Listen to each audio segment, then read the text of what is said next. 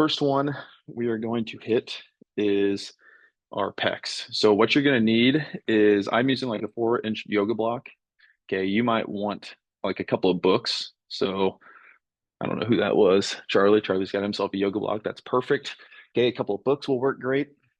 But the place we're trying to put it is change my view here so you guys can see. Okay, so essentially what we're trying to do is stick it right between. So we have the front of our shoulder and then we have our pec. Okay, we're trying to go on the upper part of our pec, not on the front of our shoulder, like in the point, but kind of right in here. All right, so right in that meat of the pec muscle. Okay, and you're gonna take the yoga block or your books. So hopefully you guys can do this with me. Okay, and you're just gonna stick it right on your pec, right there. Okay, so we do want to we want to use the yoga block so that way we actually can dig into it a little bit because on the ground sometimes we don't have enough room. So go ahead and find a spot. And anytime we're doing these, we we want to find like a 6 or 7 pain level. Okay, we don't necessarily want to go to like 10. So find like a 6 or 7, find a tight spot, and we're just gonna hang out on it.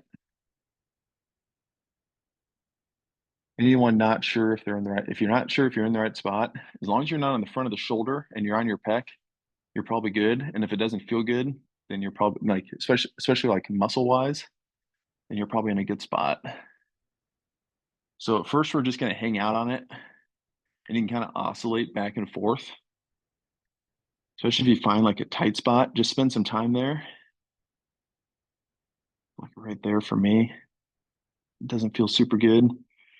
And then the main thing is if you find a spot where and it kind of takes your breath away, then you got to breathe through it. So like when Nailie's taking us through those box breaths, I think the box breathing is a great way to just help yourself relax, right? Because if you find yourself getting tense, you'll actually make it more tight. So we just want to continue to relax and breathe as we're hanging out on it. Okay, and some guys, when you're doing this, it could take 30 seconds for it to kind of loosen up and for that pain to like the intensity to kind of go away. Or it might take anywhere from 2 to 3 minutes. Okay, but find a good spot and then just breathe through it.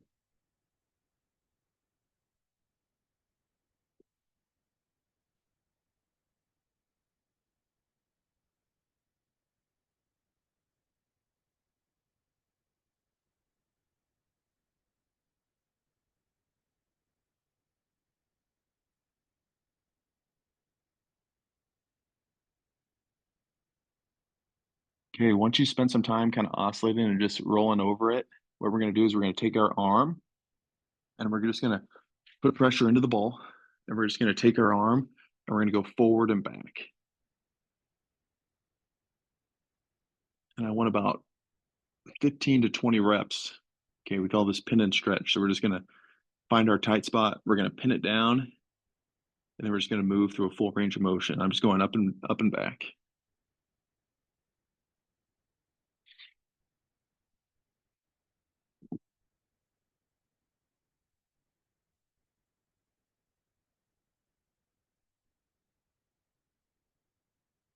Make sure you're breathing.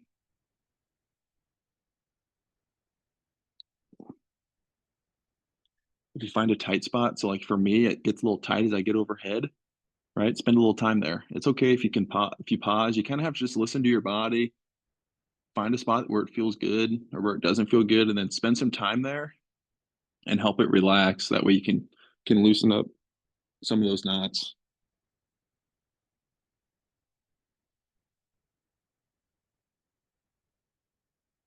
2 more.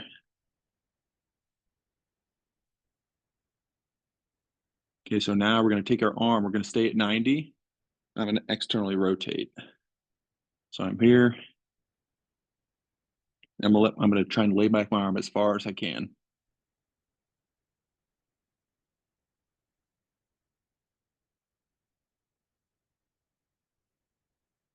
Again, we're going to go about 15 to 20 reps here.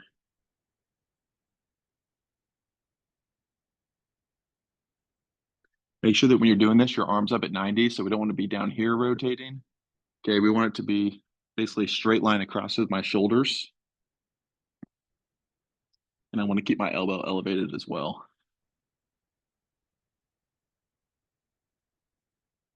If you need to use your arm to just rest your head on, that can be good.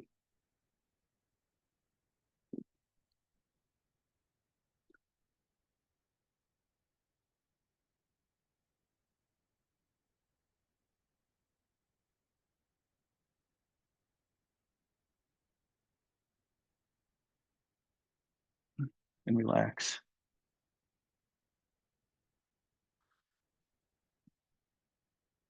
Okay, so that's our pec. All right, the pec is one of the primary internal rotators, so it helps actually propel our arm forward.